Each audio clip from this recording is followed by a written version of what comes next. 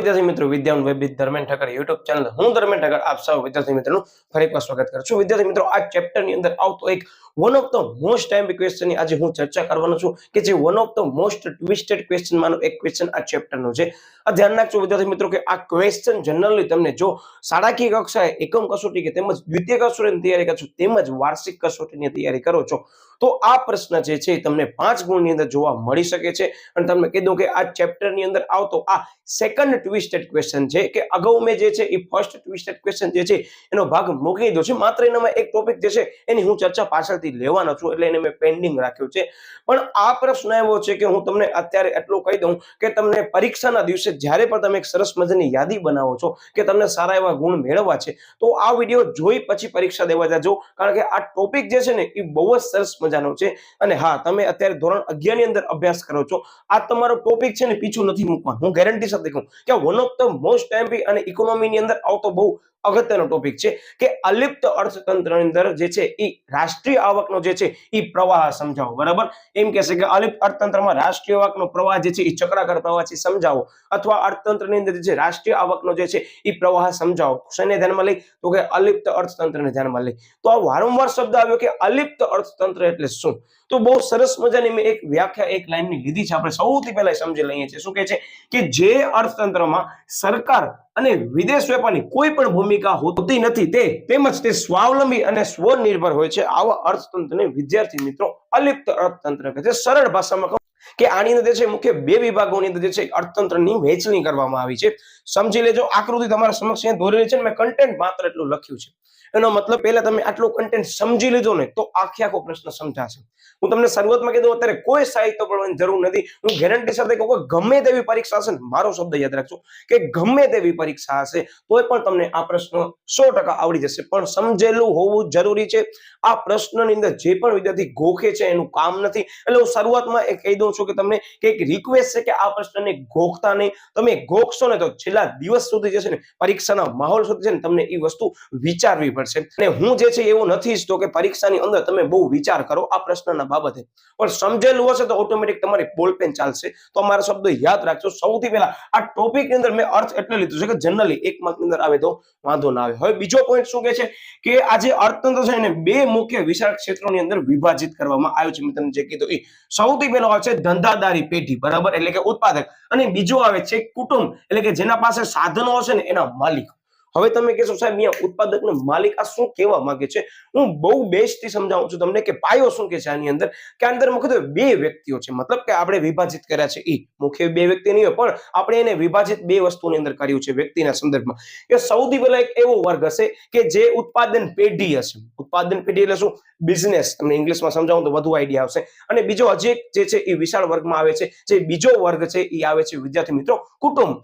તો આ કુટુંબ એટલે કોણ, તો કે યસ આપણે ઇન્ડિવિજ્યુઅલ પર્સન છે। હવે મારો શબ્દ યાદ છે, અહીંયા શું છે બિઝનેસ ફર્મ છે અને અહીંયા શું છે બિઝનેસ ઓનર છે। શબ્દ રિપીટ કરજો, અહીંયા શું છે પેઢી છે અને અહીંયા કુટુંબ જે છે, પણ છે શું આ બિઝનેસનો જે માલિક છે એ કુટુંબમાં આવશે અને જે બિઝનેસ છે એ પેઢીની અંદર અહીંયા આવશે, એટલે ઉત્પાદક અહીંયા આવે છે, સાંભળજો મારો શબ્દ, પણ અહીંયા શું આવશે જે ઉત્પાદનનો જે માલિક છે ને વિદ્યાર્થી મિત્રો એ કુટુંબનો જ એક ભાગ છે।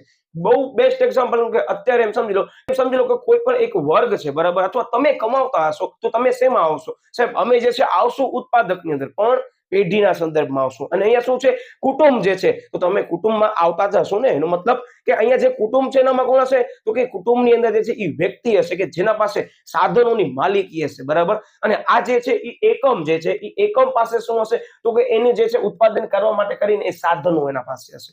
એનો મતલબ મેં તમને જે આ વસ્તુ સમજાવી એનામાં શું કહેવા માંગુ સાહેબ, તમે અમને બહુ સરળ ભાષામાં કહો તો હું એટલું જ કહીશ કે આ જે પેઢી છે ને એ ઉત્પાદનના સાધનો જે છે ક્યાંથી મેળવશે સાહેબ, આ કુટુંબમાં રહેલો જે માલિક જે છે અહીંયા જેના પાસે માલિકી હશે એ પેઢીને આપશે। મતલબ કે જે સાધનો જે છે એ કુટુંબ કોને આપશે સાહેબ, એ છે ને પેઢીને આપશે, અને પેઢી એના ઉપર શું કરશે સાહેબ ઉત્પાદન પ્રવૃત્તિ કરશે, જમીન, શ્રમ, નિયોજન શક્તિ, બરાબર, મૂડી, આ બધી વસ્તુ પેઢીમાં જશે સૌથી પહેલા। હવે પેઢી એના ઉપર કાર્ય કરશે અને પેઢી કાર્ય કરશે ત્યારબાદ આ જે પેઢી છે આ સમગ્ર કાર્ય કરશે, એના બદલામાં જે કુટુંબો હશે એ કુટુંબોને શું આપશે એનું વળતર આપશે। આ શું કર્યું સાહેબ તમે આજે અત્યારે તમારા સમક્ષ જે છે તમે આ વસ્તુ સમજાવી શું છે, તમારા આખા ક્વેશ્ચનનો પાર્ટ ક્લિયર થઈ ગયો। શું કીધું ખબર પડી?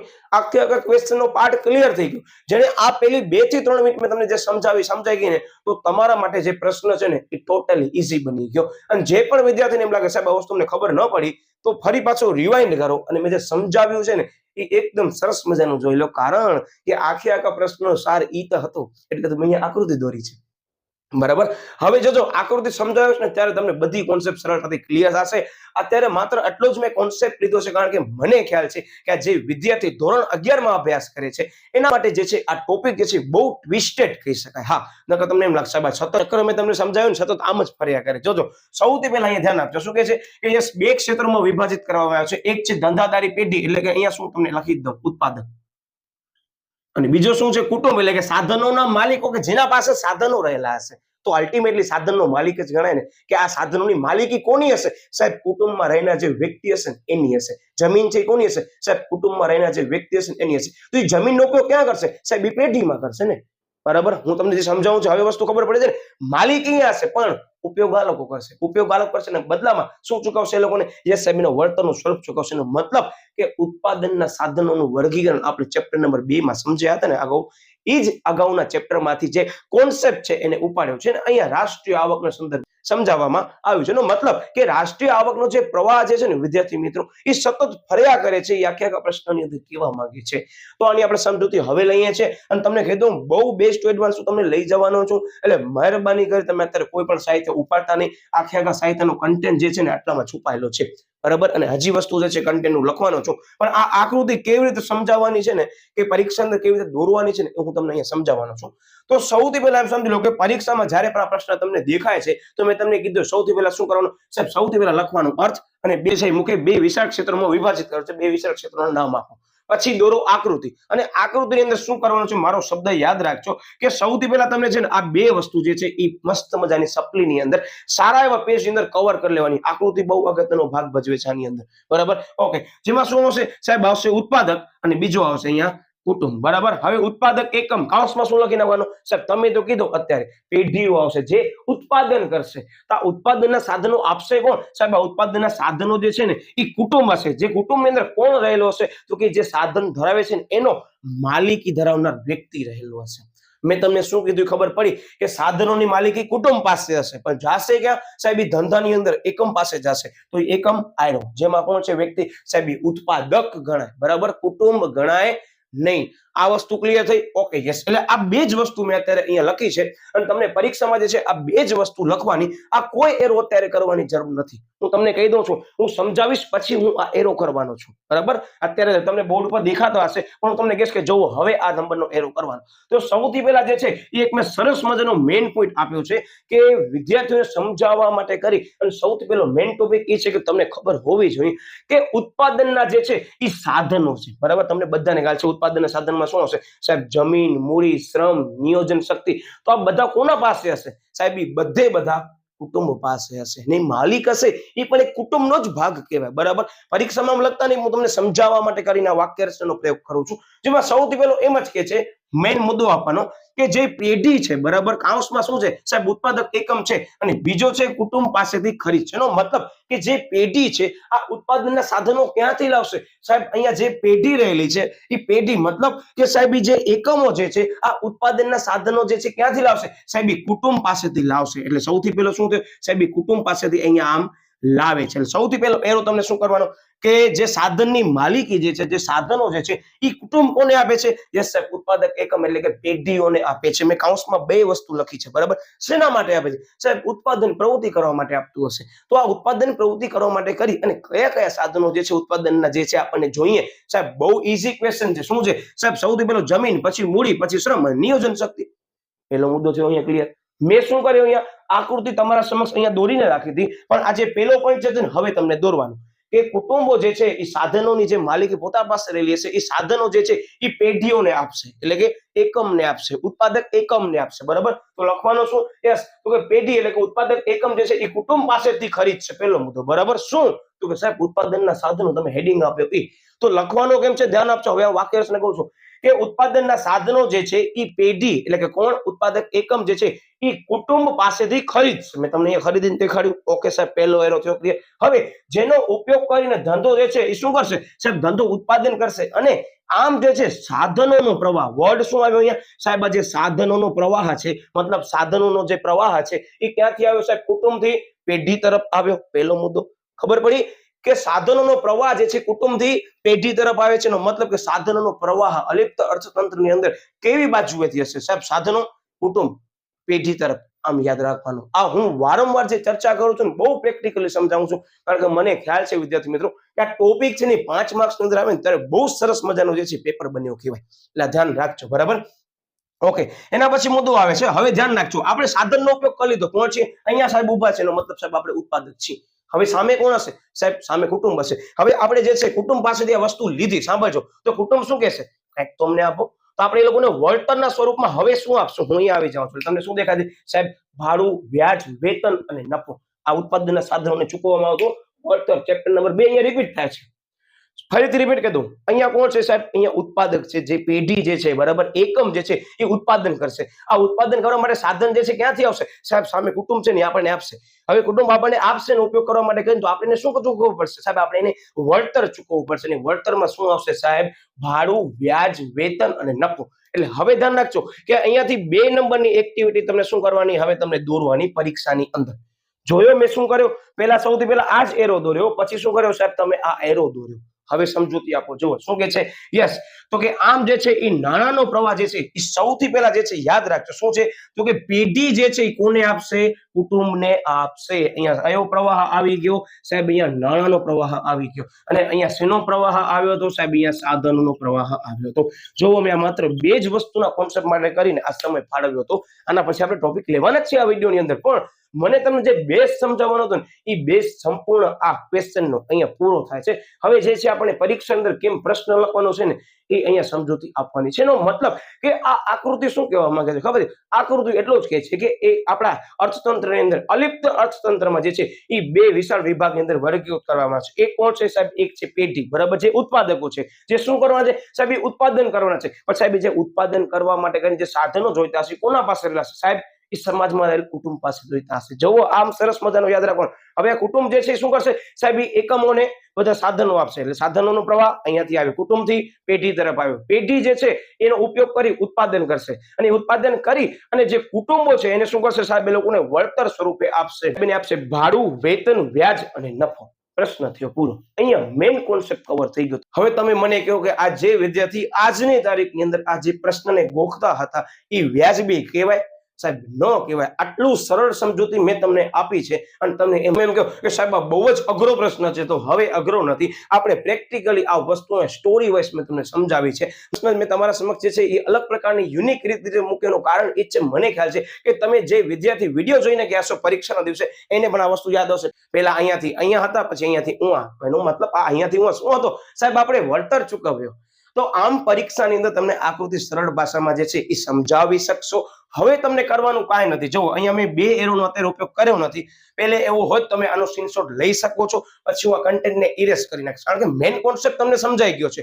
ફરી પાછું કહી દઉં, આ કોન્સેપ્ટ સમજાઈ ગયો તો બસ હવે કરવાનું શું છે? કાંઈ નથી કરવાનું. આકૃતિ તમને કોઈ એમ કે સમજાવો તો આકૃતિની અંદર ઈ જ છે. જોઈ લો, આ જે બ્લુ પેનથી મેં નોટ કર્યું છે એ આપણે વળતર ચૂકવીએ છીએ. એ વળતરનો ફરી પાછો જે છે કુટુંબ શું કરશે? એનો ઉપયોગ કરશે. એટલે ફરી પાછું અહીંયા આવશે. અને મેં તમને બીજી હજી એક પેનથી નોટ કરાવ્યું. કયું? તો કે યસ સાહેબ આ. તો આ પહેલા સૌથી પહેલા કુટુંબથી અહીંયા આવ્યો તો અહીંયા શું થશે સાહેબ? આમ સતત પ્રવાહ જે છે ફર્યા કરશે. કઈ રીતે હું તમને સમજાવું છું, પણ આકૃતિ અત્યારે હું જે છે પૂર્ણ નથી કરતો, પણ માત્ર અહીંયા તમને જે છે એ જોઈન્ટ કરીને દેખાડું છું. માત્ર તમે ઝડપથી સ્ક્રીનશોટ પાડી લો, પછી હું તમને આગળ સમજાવું. આના મિત્રો હવે આપણે આગળ વધીએ છીએ. તો હવે આપણે ફરી પાછું ક્યાં આવી જશું સાહેબ? આપણે ફરી પાછો આવી જશું કુટુંબો પાસે. હવે અહીંયા થશે શું? તો કે જે ઉત્પાદક એકમ છે ને એ ક્યાં આવશે સાહેબ? કુટુંબ પાસે. શું કામ? કે ઉત્પાદક એકમ જે છે શું કરે છે સાહેબ? આ બધી ચૂકવણીઓ કરે. સરળ ભાષામાં કહીએ તો વળતર મેળવીને કુટુંબ અહીંયા આવશે. હવે આ જે કુટુંબનો ભાગ છે, બરાબર, સંસાધનોની માલિકી એના પાસે છે, તે શું કરશે સાહેબ? એને જે વળતર મળ્યું છે ને એ વળતરનો હવે ઉપયોગ કરશે. મતલબ કે હું એક્ઝામ્પલ તરીકે તમને કહું કે એ નામનો વ્યક્તિ અહીંયા 50 કરોડની જમીન લઈને જાય છે પોતાના એકમની અંદર, અને એના ઉપર જે છે કાંઈક પડી વળતર મેળવે છે, બરાબર, જે સ્વરૂપે કાર્ય કરે છે ધર્મ લઈ, તો એ વળતર લઈને ક્યાં જશે સાહેબ? એ કુટુંબનો ભાગ છે. એટલે કુટુંબમાં કુટુંબમાં જશે, એટલે કુટુંબમાં જશે વિદ્યાર્થી મિત્રો, તેને જે પણ કાંઈ વળતર મળ્યું હશે, બરાબર, નાણાકીય વળતર જેને આપણે કહીએ, તો એ લઈ હવે શું કરશે સાહેબ, હવે ખર્ચ કરશે. જસ્ટ ફોર એક્ઝામ્પલ કે એ નામનો વ્યક્તિ જે માનીને ચાલીએ છે કે એક મહિને કાંઈક કમાવીને આપે છે, બરાબર, હવે એ રૂપિયા જે છે ઘરમાં લઈ જશે તો શું કરશે સાહેબ, હવે ખર્ચ કરશે. એનો મતલબ કે હવે જે ખર્ચ છે ને એ ચૂકવણીના માધ્યમ તરીકે, મતલબ કે તમે જોઈ શકો છો હું આજે બ્લુ પેન છે એનાથી યુઝ કરું છું, માર્કરનો, અને બ્લુ પેનનો જ ઉપયોગ કરું છું. એ શું કરશે, આવી ચૂકવણી કરશે. હવે તમે કહેશો સાહેબ આ ચૂકવણી અહીંયા શું કામ આવી, તો આ જે ધંધાનો માલિક છે કે કુટુંબની અંદર જે રહેલો છે એ વ્યક્તિ હવે શું કરશે સાહેબ, એ વસ્તુઓ અને સેવા પાછળ ખર્ચ કરશે. રિપીટ કરી દઉં, જો અહીંયા તમને વર્ડ દેખાય છે બોર્ડ ઉપર, વસ્તુ કે સેવાનો પ્રવાહ. હવે વસ્તુ કે સેવાનો પ્રવાહ ક્યાં આવશે, તો ફરી પાછું એ જ કોન્સેપ્ટ હું રિપીટ કરું છું રિવિઝનના માધ્યમ દ્વારા. આપણે બોર્ડ ઉપર જોઈ લો, 3 મેઇન કીવર્ડ હવે લખી નાખે કે ઉત્પાદનના સાધનો, સાહેબ ઉત્પાદનના સાધનોની માલિકી કુટુંબ પાસે હશે. જે ક્યાં જશે સાહેબ, જે થશે ધંધાકીય એકમ, એટલે કે ઉત્પાદક પાસે જશે. એનો મતલબ કે ઉત્પાદક એકમ પાસે આવી માલિકી, તો શું કરશે સાહેબ, એ ચૂકવણી કરશે નાણાંના પ્રવાહ તરીકે. તો નાણાંનો પ્રવાહ જે છે સૌ પ્રથમ ક્યાં આવે છે, યાદ રાખજો મારો જવાબ, તો કે ઉત્પાદક એકમથી કરી અને કુટુંબ પાસે આવે છે નાણાંનો પ્રથમ પ્રવાહ. હવે આ નાણાંના પ્રથમ પ્રવાહનો ઉપયોગ જે છે કોણ કરશે સાહેબ, એ કુટુંબનો વ્યક્તિ જ કરવાનો છે. કે હવે એ વસ્તુ કે સેવા જે છે ખરીદી કરવા ક્યાં જશે સાહેબ, એ ફરી પાછો એકમ પાસે જશે. તો એકમને શું કરશે સાહેબ, એકમને કઈક ચૂકવણી કરશે, અને આ ચૂકવણી કરશે નો મતલબ ફરી પાછો જે છે એ નાણાંનો પ્રવાહ ક્યાં આવી ગયો સાહેબ, એ આવી ગયો કુટુંબ પાસેથી એકમ તરફ આવી ગયો. અને એકમે શું આપ્યો છે, તો કે એકમ એને વસ્તુ કે સેવા આપી હશે. એનો મતલબ કે વસ્તુ કે સેવાનો પ્રવાહ શું કે છે, ધ્યાન આપજો કે પેઢીઓ આ સાધનની મદદથી છે ચીજ વસ્તુ અને સેવાઓનું શું કરશે, ઉત્પાદન કરશે, અને તે વેચવા શું કરશે, બજારમાં મૂકશે. મેં તમને કીધું આ વેચવા બજારમાં મૂકશે. Okay, yes. આમ વસ્તુ કે સેવાનો પ્રવાહ છે એ ક્યાં આવશે સાહેબ, વસ્તુ કે સેવાનો પ્રવાહ ક્યાં આવશે સાહેબ, પેઢી તરફથી કુટુંબ તરફ આવશે, બરાબર. કુટુંબ એના બદલે શું કરશે સાહેબ, કુટુંબ એના બદલે જે છે એ ચૂકવણી કરશે. આ વસ્તુ ક્લિયર થઈ? Okay, yes. એટલે કે છે કુટુંબ તે ખરીદવા માટે કરી નાણાં ફરી પાછો કોને આપશે સાહેબ, એ પેઢીને ચૂકવશે. એનો મતલબ કે ફરી જે છે એ નાણાં જે છે એ કુટુંબ તરફથી ક્યાં જશે સાહેબ, આ કુટુંબ સામે ઉભો છે, એ લોકો ખરીદી કરવા આવશે, ચૂકવણી કરશે સાહેબ. હવે જે નાણાં છે કુટુંબ તરફથી ફરી પાછા પેઢીને આવશે. એનો મતલબ કે જે કુટુંબની અંદર રહેલો જે પણ સંસાધનોનો માલિક હશે, કે જેની માલિકી હશે, એ શું કરશે, હવે ખર્ચ કરશે અને ચૂકવણી કરશે. તો આ ચૂકવણી જે છે એના માટે એક તો ખર્ચ છે, કારણ કે હવે બીજી વસ્તુ કે સેવા જે છે એ ખરીદવા થશે. એનો મતલબ કે અંદર એમ જ કહે છે કે જે પણ ઉત્પાદક છે, કે જે પણ માનવી છે વિદ્યાર્થી મિત્રો, એ સમગ્ર અર્થતંત્રની અંદર શું કરે છે સાહેબ, એ ઉત્પાદન પ્રવૃત્તિ કરે છે, ઉત્પાદન પ્રવૃત્તિ કરી અને નાણાં કમાવે છે, અને ફરી પાછો એ નાણાં જે છે એને ખર્ચાની અંદર ઉપયોગ કરી અને વસ્તુ કે સેવા પ્રાપ્ત કરે છે, એટલે ચૂકવણી કરે છે. એટલે ફરી પાછી જે ચૂકવણી કરવાના કારણે જે કુટુંબો પાસે રહેલા જે નાણાંનો પ્રવાહ હતો ફરી પાછું ક્યાં આવશે, તો સાહેબ ઉત્પાદક એકમ પાસે આવશે. અને ઉત્પાદક એકમ ફરી પાછું શું કરશે સાહેબ, ઉત્પાદન પ્રવૃત્તિ કરશે. તો આ સમગ્ર ક્વેશ્ચન ની અંદર મેં તમને જે અત્યારે આ વાક્ય રચના કીધી વિદ્યાર્થી મિત્રો, એ સમગ્ર ક્વેશ્ચન નો જે છે એ સાર રજૂ કરે છે. મતલબ કે જેને આ પ્રશ્ન સમજાઈ ગયો છે એ પરીક્ષા વખતે વિડીયો જોઈને પછી ફરીથી વાંચવા બેસે ને તો બહુ સરસ મજાના મેં કીવર્ડ્સ અહીંયા મૂક્યા છે કે જે ઓલમોસ્ટ એવું જ કહેવા માંગે છે કે જે રાષ્ટ્રીય આવકનો પ્રવાહ છે એ સતત છે એ ભર્યા રાખે છે. એનો મતલબ કે આ છે સતત ધબકતું રહે છે. શેનું? તો કે આ અલિપ્ત અર્થતંત્રનો પ્રવાહ જે છે સતત ધબકતું રહેવું જરૂરી છે. જો આ ન થાય તેનો મતલબ કે એક્ઝામ્પલ તરીકે સમજી લો કે આ જે કુટુંબ જે છે, બરાબર, જે માલિક છે, સાધનોની માલિકી ધરાવે છે, જો એ ખર્ચ નહીં કરે તો ફરી પાછું એ પેઢી પાસે જે છે એ નાણાં નહીં આવે. પેઢી પાસે નાણાં નહીં આવે એનો મતલબ કે પેઢી જે છે એ ઉત્પાદન પ્રવૃત્તિ નહીં કરે, અને ઉત્પાદન પ્રવૃત્તિ નહીં કરે એનો મતલબ કે ફરી પાછો એ ચૂકવણી પણ નહીં કરી શકે. એનો મતલબ કે આની અંદર જે છે આ પ્રવાહ જે છે શું થવો જોઈએ સાહેબ, સતત ધબકતું રહેવું જરૂરી છે. અને જે છે ઓપન ઇકોનોમી એટલે શું, તો કે ખુલ્લું અર્થતંત્ર. તો આ ખુલ્લા અર્થતંત્રની અંદર વિદ્યાર્થી મિત્રો સરકાર જે છે પોતાની ભૂમિકા ભજવે છે, પણ આપણે અત્યારે જે અલિપ્ત અર્થતંત્ર સમજાય એનામાં ક્યાંય સરકાર નથી આવી. આ સમગ્ર એમ સમજી લો કે આની અંદર બે જ વિભાગ એટલે પાડવામાં આવ્યા હતા. કોણ? તો કે ધંધાકીય પેઢી અને બીજો કુટુંબ એટલે કે સાધનના માલિકોનો. મતલબ કે ખુલ્લા અર્થતંત્રની અંદર સરકારનો સમાવેશ કરવામાં આવે છે. મારો શબ્દ યાદ રાખજો કે આનામાંથી એક માર્કનો પ્રશ્ન પણ પૂછવો તો સરસ મજાનો પ્રશ્ન પૂછાઈ શકે છે કે નીચેના પૈકી કયા અર્થતંત્રની અંદર સરકારની ભૂમિકા સૌથી વધારે જોવા મળે છે. ઓપ્શન ઘણા બધા આપેલા છે કે નીચેના પૈકી કયા અર્થતંત્રની જે છે એ વિદેશ વેપાર જે છે જેની હાજરી જોવા મળે છે. તો નીચે ઘણા બધા ઓપ્શન આપેલા હશે, અથવા એક માર્કની અંદર પણ તમને આ કોન્સેપ્ટ ખબર હોવી જરૂરી છે કે ખુલ્લા અર્થતંત્ર અને યસ તો કે અલિપ્ત અર્થતંત્રની અંદર જે છે આ તફાવત શું છે. બરાબર, આ મેજર વર્ડ મેં તમને અત્યારે જે છે એ લાઈન રજૂ કરી છે. બરાબર, હવે આની અંદર જો એક મુદ્દો આવે છે કે ચૂકવણી જે છે એ કરશે કોને, તેનો મતલબ કે કુટુંબ જે છે એ ચૂકવણી કોને કરશે, ઉત્પાદકને કરશે. અને ઉત્પાદક ફરી પાછું શું કરશે સાહેબ, વસ્તુ અને સેવાનું ઉત્પાદન કરી ફરી પાછો કોને આપશે સાહેબ, વસ્તુ કે સેવાનું જે છે એ ઉત્પાદન કરી અને આપશે કોને? સાહેબ બી આપશે ફરી પાછો કુટુંબને. એનો મતલબ હવે તમે સમજી ગયા કે સમગ્ર ક્વેશ્ચન ની અંદર એવું જ કહેવા માંગે છે કે આ પ્રકારનું જે અર્થતંત્ર છે એની અંદર રાષ્ટ્રીય આવકની ગણતરી વિદ્યાર્થી મિત્રો મુખ્યત્વે 3 રીતે થાય છે. સૌથી પહેલો મારો શબ્દ યાદ રાખજો અને તમે નોટ ડાઉન કરજો. તમે નોટિસ કર્યો છો સૌથી પહેલા શું આવ્યું? યસ સાહેબ, સૌથી પહેલા આવશે, ધ્યાન રાખજો, કે ઉત્પાદન છે એ ઉત્પાદનના સાધનો. એટલે ઉત્પાદન આવશે એનો મતલબ અહીંયા લખી જ દઉં કે સૌથી પહેલી જે છે પદ્ધતિ કઈ છે? ઉત્પાદનની પદ્ધતિ. પછી બીજી કઈ છે સાહેબ? ખર્ચની પદ્ધતિ. અને ત્રીજી કઈ છે? તો કે સાહેબ આવકની પદ્ધતિ. આ 3 પદ્ધતિ જે છે એ આની અંદર રાષ્ટ્રીય આવકની ગણતરીમાં ઉપયોગી છે. ઓલમોસ્ટ તમારું જે કન્ટેન્ટ છે વિદ્યાર્થી મિત્રો આ ક્વેશ્ચન લગતો એ ઓલમોસ્ટ તમને આ બોર્ડ ઉપર જોવા મળે છે. અને વિશેષમાં જે મુદ્દાની અંદર મેં કવર નથી કર્યા, જોકે કવર થઈ ગયા છે પણ એક સમજૂતીના ભાગરૂપે કવર કર્યા છે. મેં અહીંયા તમારા સમક્ષ જે છે એ પિક્ચર મૂક્યો છે, ખાસ તમે એનો પણ અભ્યાસ કરી શકો છો. તેમજ આ બધા મેઇન કીવર્ડ છે એટલે જ મેં તમને કીધું કે આ કીવર્ડ સમજાઈ ગયા તો સમગ્ર ક્વેશ્ચનનો તમને જે છે એ સારાંશ રજૂ કરી દીધો. એનો મતલબ કે આ સમગ્ર ક્વેશ્ચન જે છે વિદ્યાર્થી મિત્રો આ 3 પોઈન્ટ ઉપર ટોટલી ડિપેન્ડન્ટ છે. બરાબર, મારો શબ્દ યાદ રાખજો. હા, પરીક્ષામાં પણ એમ લખવાનું નથી પણ તમે જોઈ શક્યા હશો કે જેને આ 3 મુદ્દા ખબર પડી ગયા ને એના માટે આ question one of the most easiest question ગણાશે. કારણ કે આ કોન્સેપ્ટ સમજવો ખૂબ જ જરૂરી છે. અને પરીક્ષા વખતે તમામ વિદ્યાર્થીઓને એક રિક્વેસ્ટ છે કે ફરી પાછો એક વખત જે છે એ વિડીયો જોઈ લેજો. કારણ કે અત્યારે તમને સમજાય કારણ કે તમે અત્યારે રિસેન્ટલી કરો છો પણ જેવી પરીક્ષા આવે ને તો ફરીથી એક વખત જે છે સરસ મજાનો ફાસ્ટ ટ્રેક કરી અને તમે વિડીયો જે છે એ જોઈ લેજો. મળ્યા વિદ્યાર્થી મિત્રો ફરી પાછો નવા ટોપિક સાથે. ત્યાં સુધી બાય બાય.